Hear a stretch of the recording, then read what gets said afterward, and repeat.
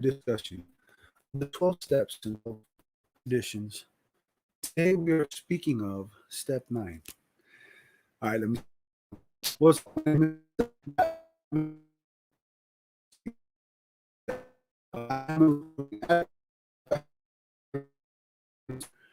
the slavery of regulation. Um,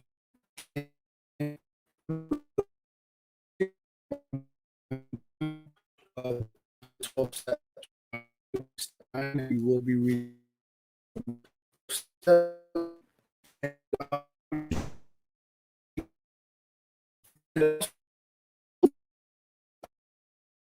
Because I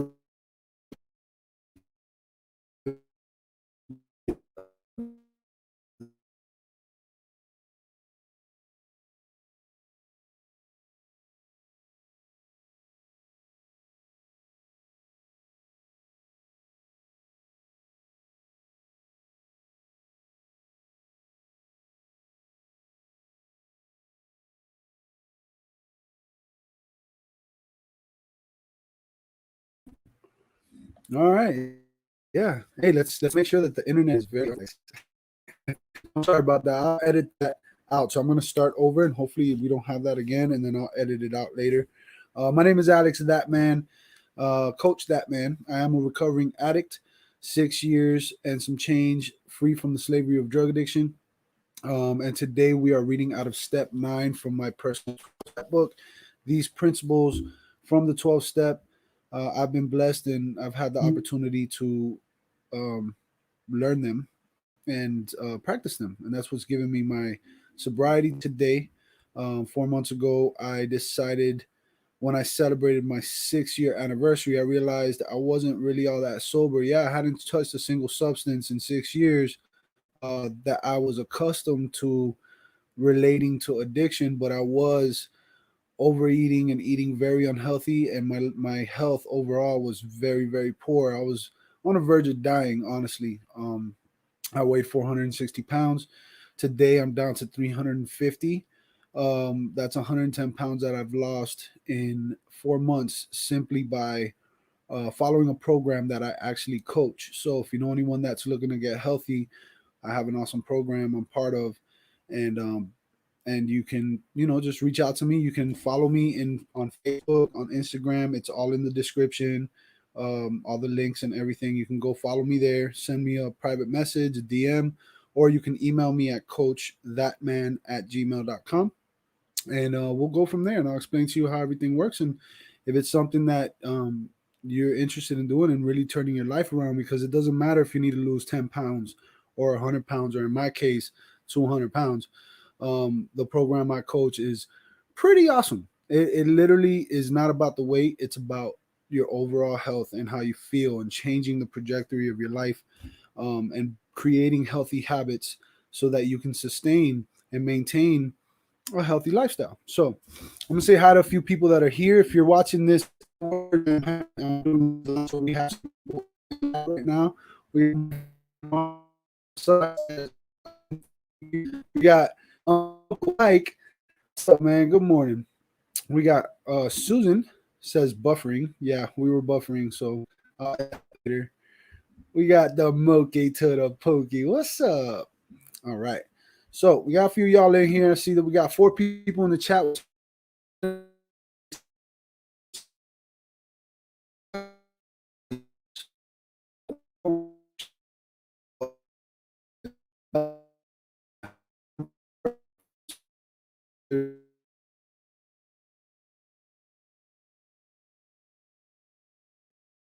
All right. If not, I'm gonna try to switch to the other internet. But once more than 2 people. You know the saying. You know the saying. So step 9. So if you've been following the series, we started off with step 1, which was we admitted we were powerless over alcohol. Then we went to step 2, this came greater than ourselves, could restore us to sanity. Step 3 was made a decision to turn our will and our lives over to the care of God as we understood them. Step 4 is where we made a searching and fearless moral inventory of ourselves. Step 5 We admitted to God, to ourselves, and to another human being the exact nature of our six.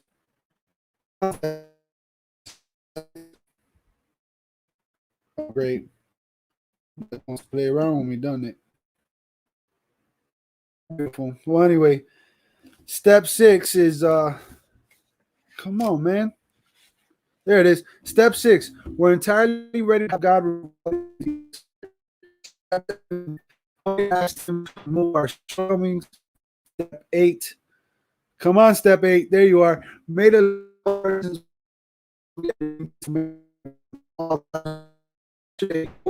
first for your act.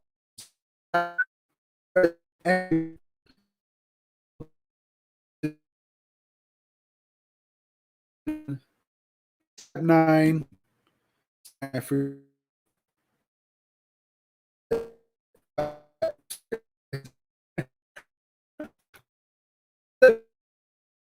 people wherever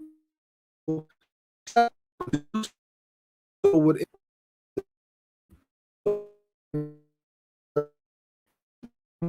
9. Great.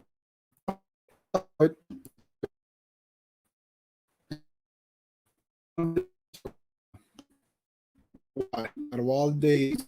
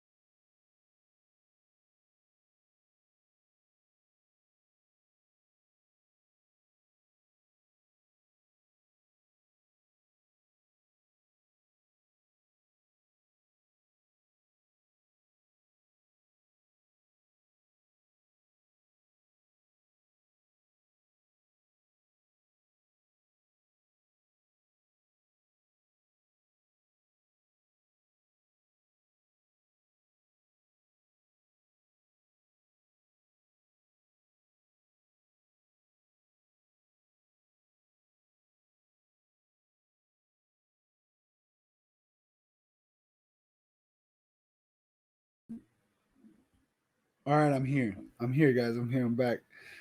Yes. All right. Yes, it is just another challenge to overcome. All right, here we go. I figured it out. For some reason, my internet kept jumping back to the regular Wi-Fi. So, let's start from here. Step 9 was where we made direct amends to such people wherever possible, except when to do so would injure them or others. And with that being said, I'm back and I'm actually on okay internet now. All right. Before I was on like AOL internet. Now I'm on okay internet. I'm not gonna edit none of this. I don't care. I'm not gonna take the time to do it. Um I might. I don't know. Who knows? So basically that's step 9. That's what we're gonna be talking about. A tranquil mood is the first requisite for good judgment. Good timing is important in making amends. What is courage? Okay. Prudence means taking calculated chances. We're also going to be discussing amends begin when we join AA. Peace of mind cannot be bought at the expense of others. We're going to talk about the need for discretion, readiness to take consequences of our past, and to take responsibility for well-being of others is spirit of step 9. Responsibility. So again, thank you guys for your patience with me. I hope y'all having a great weekend and all that good stuff. So yeah, if you guys missed any of the previous steps, you can always revisit them. There's a playlist on my channel, and you can go back and watch any one at any time because this isn't something you just do once and you're done. It's not like it's a cure, right? It's just a way for you to continue to practice living a good life, living a good life. So here we go. Y'all ready? Y'all ready? All right. Here we go. Here we go. Made direct amends to such people wherever possible, except when to do so would injure them or others. Good judgment, a careful sense of timing, courage, and prudence. These are the qualities we shall need when we take step 9. After we have made the list of people we have harmed, have reflected carefully upon each instance, and have tried to possess ourselves of the right attitude in which to proceed, we will see that the making of direct amends divides those we should approach into several classes. There will be those who ought to be dealt with just as soon as we become reasonably confident that we can maintain our sobriety. There will be those to whom we can make only partial restitution, lest complete disclosures do them or others more harm than good.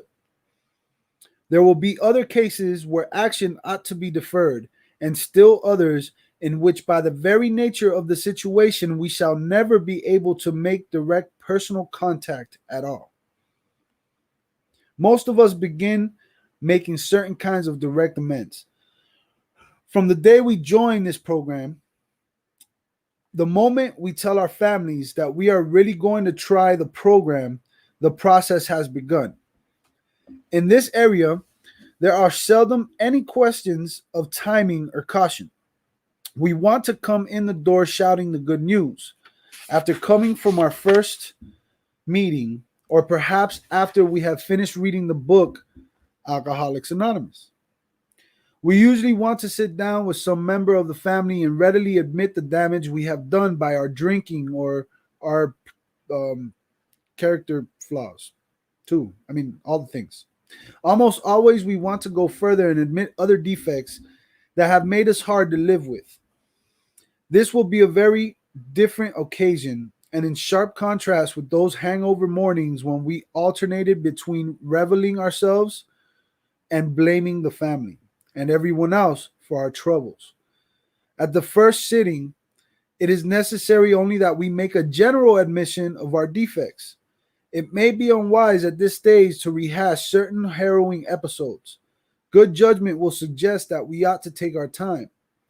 While we may be quite willing to reveal the very worst, we must be sure to remember that we cannot buy our own peace of mind at the expense of others. Hey Anna, how you doing? Mookie says born ready. Irene, what's up? What's up, Ma? Mom over there on Facebook. Hey honey, you're breaking up.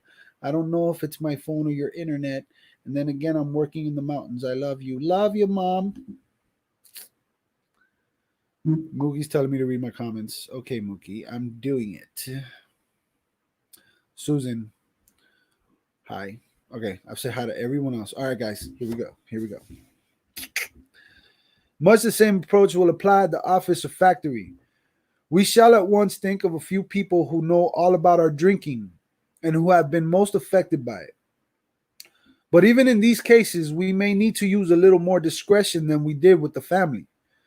We may not want to say anything for several weeks or longer. First, we will wish to be reasonably certain that we are on the 12-step beam. Then we are ready to go to these people to tell them what this program is and what we are trying to do. Against this background, we can freely admit the damage we have done and make our apologies. We can pay or promise to pay whatever obligations, financial or otherwise, we owe. The generous response of most people to such quiet and sincerity will often astonish us. Even our severest and most justified critics will frequently meet us more than halfway on the first trial. So y'all get that? Does that make sense? Yeah, I think it made sense. Again, if you got questions about this stuff, if you want, you can, after this is done, after you finish watching, you can go to the regular comment section, leave questions, opinions, comments, all that good stuff. about how you relate to this, whatever. All right. This atmosphere of approval and praise is apt to be so exhilarating as to put us off balance by creating an insatiable appetite for more of the same. Or we may be tipped over in the other direction when, in rare cases, we get a cool and skeptical reception. This will tempt us to argue or to press our point intensely, right? Like you say, yo, I'm sorry, and they're not hearing it. Like they don't want to accept that. This is where you practice step 7, and you practice basically all these steps, right? And you find the peace and the humility to like just accept the fact that they're not ready for your apology. They don't want your apology right now. They're not willing to forgive you, right? But again, it's not about that. It's about you taking the action to make amends regardless of the situation, provided that in doing so, you're not injuring them or others, right? Give me 1 second, y'all.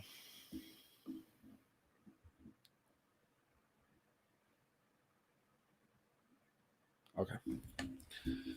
This will tempt us to argue or press our point intensely. Or maybe it will tempt us to discouragement and pessimism. But if we have prepared ourselves well in advance, such reactions will not deflect us from our steady and even purpose. So, regardless, you keep on doing it, you keep on going. After taking this preliminary trial at making amends, we may enjoy such a sense of relief that we conclude our task is finished. We will want to rest on our laurels. The temptation to skip the more humiliating and dreaded meetings that still remain may be great. We will often manufacture plausible excuses for dodging these issues entirely, or we may just procrastinate, telling ourselves the time is not yet, when in reality, we have already passed up many a fine chance to right a serious wrong. Let's not talk prudence while practicing evasion. As soon as we begin to feel confident in our new way of life and have begun by our behavior and example, again, action, have begun by our behavior and example, to convince those about us that we are indeed changing for the better, it is usually safe to talk in complete frankness with those who have been seriously affected, even those who may be only a little or not at all aware of what we have done to them. So there's things that you may have done to people and they don't even know that you did that. But you still kind of have to make amends to bring peace for yourself, and also to build on that relationship, to strengthen that relationship, and at least try to bring them peace, right? The only exceptions we will make will be cases where our disclosure would cause actual harm. These conversations can begin in a casual or natural way, but if no such opportunity presents itself, at some point we will want to summon all our courage, head straight for the person concerned, and lay our cards on the table. We needn't wallow in excessive remorse before those we have harmed, but amends at this level should always be forthright and generous. There can only be one consideration which should qualify our desire for a complete disclosure of the damage we have done. This will arise in the occasional situation where to make a full revelation would seriously harm the one to whom we are making amends, or, quite as important, other people. We cannot, for example, unload a detailed account of extramarital adventuring upon the shoulders of our unsuspecting wife or husband, and even in those cases where such a matter must be discussed, let's try to avoid harming third parties, whoever they may be. It does not lighten our burden when we recklessly make the crosses of others heavier. Many a razor-edged question can arise in other departments of life where this same principle is involved. Suppose, for instance, that we have drunk up a good chunk of our firm's money, whether by borrowing, it's quoted, borrowing, or on a heavily padded expense account. Suppose that this may continue to go undetected if we say nothing. Do we instantly confess our irregularities to the firm in the practical certainty that we will be fired and become unemployable? Are we going to be so rigidly righteous about making amends that we don't care what happens to the family and home? Or do we first consult those who are to be gravely affected? Do we lay the matter before our sponsor or spiritual advisor, earnestly asking God's help and guidance? Meanwhile, resolving to do the right thing when it becomes clear, cost what it may. Of course, there is no pat answer which can fit all such dilemmas, but all of them do require a complete willingness to make amends as fast and as far as may be possible in a given set of conditions. Above all, we should try to be absolutely sure that we are not delaying because we are afraid. For the readiness to take the full consequences of our past acts and to take responsibility for the well being of others at the same time is the very spirit of step 9. So that was step 9. Very, very short, very sweet, very quick. The next couple steps are definitely going to be a little bit longer. 10's not too bad, um, but 11 and 12 are pretty heavy. So in the next couple days, we'll be finishing up these steps. And step 9, it's about you already made this list. Hey, Talbert's mom, how you doing? You already made this list. You know who you've wronged, and you got to start somewhere. A lot of times, the forgiveness is going to come a lot easier from people who love you the most, who are closest to you, who have more understanding, who believe you, right? But before you even take that step, you need to make sure that you're ready to take that step. Because the worst thing you could possibly do is make amends with somebody to just repeat it again. Because trust, once you lose trust, it's lost. But you can gain it back. It takes a long time. I know this from my personal experience. My personal experience has shown me that there's people in my life that still don't 100% trust me, right? Because of things that I have done to them, things that they've heard about me, things I've done to others. To build that trust, it's going to take a lot. And that's where the action comes in. It's continuing to make amends, continuing to show that I am changing as a person, that I am no longer even wanting to be like the other person I was, the old me, the one that made those wrongs, right? So it takes time. With some people, it's easier than others, right? Some people are willing to accept you right away. Other people, you might have done some things in your life that are so, hard, that's gonna maybe take a lifetime, if that, if they'll even ever forgive you. But again, it's not about whether they do forgive you or not. It's about you having that spirit to make amends, to take responsibility for your actions. If not for them, for you. Because by taking responsibility for your actions, you own it. And when you own it, it's yours to do with what you please. Nobody owns it but you. No one can hold it against you because you understand and have forgiven yourself for the things you've done. And you show that by making amends with action. Some people will take words. Some people, all they need is I'm sorry. Other people, what they need is action. You need to get your stuff together. I remember my uncle about 10 years ago. All right, 10 years ago, I had gotten indicted. My life was a mess. I had no direction. I didn't see where my life was heading. I just really wanted to escape my life. Um I hadn't touched drugs or alcohol for a little bit of time because of the indictment. It wasn't because I didn't want to. It was because of the indictment. I was facing prison, and so that fear made me kind of change a little bit. But it was because of fear. It wasn't because of humility, right? It was because I was afraid that if I messed up and I took drugs again, or I reached out with the wrong person, if I got in trouble one more time while I'm in this court process, they're locking me up for 15 years minimum, right? So I was on my best behavior.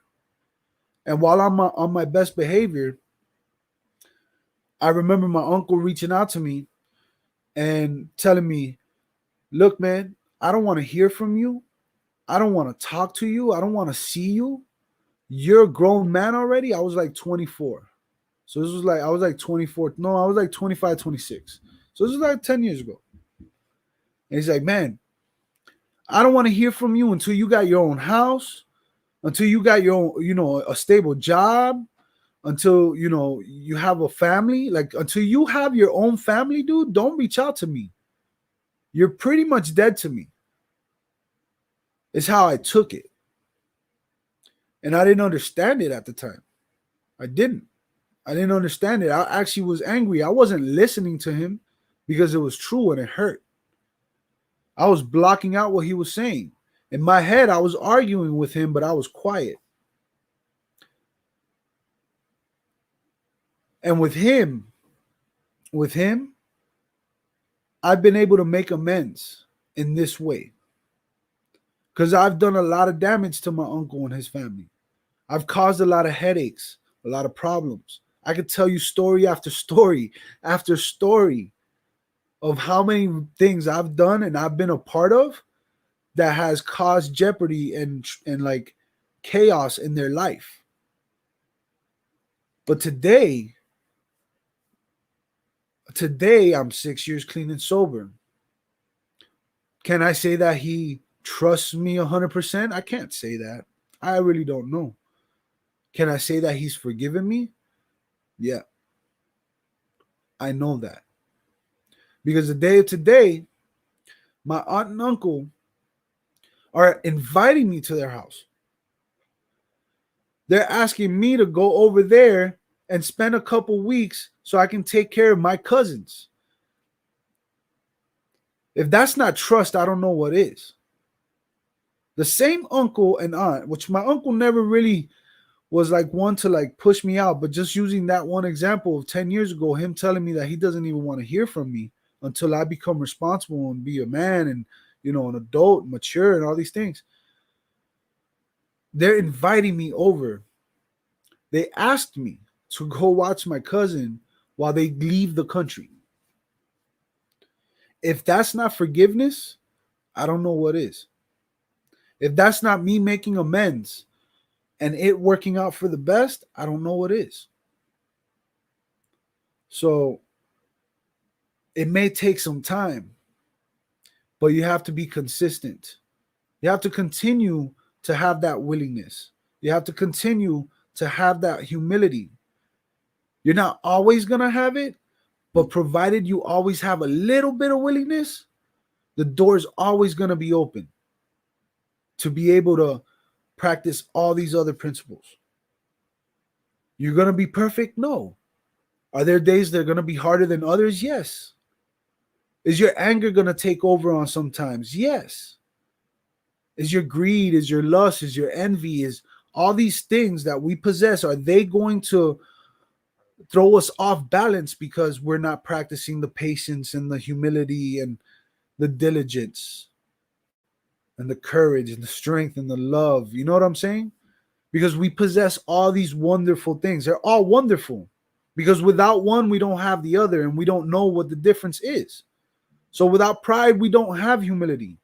Without anger, we don't have patience. They're just as beautiful as the other. The idea is that you understand what they are, how you possess them and to what degree, and how you can apply the better ones in your life so that you can build a better quality life and be happy and have purpose and give and show love so that others will accept it. Because if anything in this world matters, it's the relationships we have with people. Because in those relationships is how we live forever. In those relationships is how when we're gone, our memory lives on. And our influence that we had in this world carries on to the ones that were influenced by us. Because we're all influencers. You're either influencing people for the best or you're influencing people for the worst. So, what do you want to leave behind? How do you want to change the world? And like I always say, changing the world would be easy if we focused on changing ourselves. So, if you focus on changing yourself, you'll see your world change. So, the world is constantly changing. It's constantly changing. It's being influenced by many. And the influences you put in others, how you influence others, is how you will live on forever. For as long as your memory stays alive. So your memory is either going to fade in the snap of a finger. I can't snap my finger. Or your memory is going to live on for as long as possible. Through your kids, through your neighbor's kids, right? Because if there's anything that's crucial to life, that means anything, is the relationships we have with people. So I always love somebody, man. But before you can, make sure you love yourself. And I think the best way to love yourself is to practice these principles. You know? So Talbert's mom says, "This is a great series, that man. I'm so proud of you." Thank you. Yeah, it's gonna be on here forever. That's what I like about it. I try really, really hard to treat people like I want them to treat me, and if I can't forgive them, then they can't forgive me. So all is for naught, says Talbert's mom. She also says the truth hurts the most, but love heals through truth and gives us freedom in our lives. If I would drop my mic, but I don't want to break it. She also, excuse me, she also says they trust you. They are putting their most sacred assets in your hands. Yeah, that is major trust and forgiveness. Things won't be perfect and we stumble, but we have learned our strength. She also says you cannot love anyone else until you learn to trust yourself and love yourself. Yeah. So that's it, folks. So that was step 9. Tomorrow we'll be going over step 10, which is kind of it is an extension of step 4, which is where we did our inventory, moral and fearless inventory. But step 10 is where we're continued to take personal inventory, and when we were wrong, promptly admitted it. So now that you understand step 1 through 10 to the best of your degree, you can apply step 4 and step 8 and step 9 through step 10. So when you continue to live life as a human who is imperfect, right? And you continue to make mistakes, you can practice these steps so that you can continue to build your relationships and strengthen your relationships and better the quality of your life versus the the opposite, right? Which is destroy relationships, all that good stuff. So you'll continue to take personal inventory. You'll continue to make a list of people that you need to make amends with. You'll continue to make amends. So that's what we'll be going over tomorrow. And if you are new here, again, I ask that you subscribe to the channel and hit the bell so you're notified whenever we go live. We do a live show called the Bad Boys Live every Sunday night, which is tonight, 9 p.m. Eastern. Hey, look, it's 12:34. 1, 2, 3, 4. That always happens to me. It's 9 p.m. Eastern, 6 p.m. Pacific, where we tell your truth through ours by sharing what we've overcome to help lead you towards financial, emotional, and spiritual freedom so that you can live a happy and purposeful life. Sort of an extension, or it's our way of practicing the 12 steps and speaking about how the 12 steps pretty much influenced my life and influenced Oscar's life. Oscar and Cubanaso, my brother from another mother. We don't necessarily talk the 12 steps. We just share our experiences and hope that you can relate to them somehow and gain something from it that you can then practice and, better your life. You know what I'm saying? That's all we want. And overall, your overall life, financial, emotional, spiritual, the whole deal. I also do a show every Friday with Jen, Adrian, and Sarah. who are also health coaches just like me.